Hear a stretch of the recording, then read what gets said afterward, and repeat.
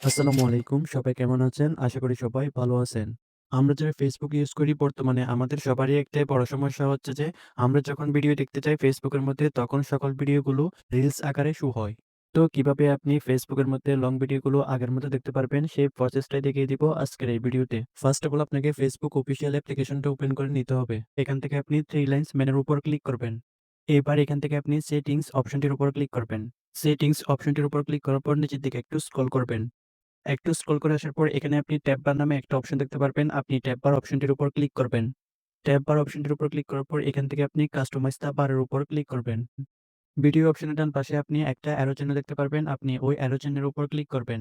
এখান থেকে আপনি হাইড অপশনটি সিলেক্ট করে নিবেন। এবার এখান থেকে আপনি ব্যাক বাটনে ক্লিক করবেন। আবারও ব্যাক বাটনে ক্লিক করে নিবেন।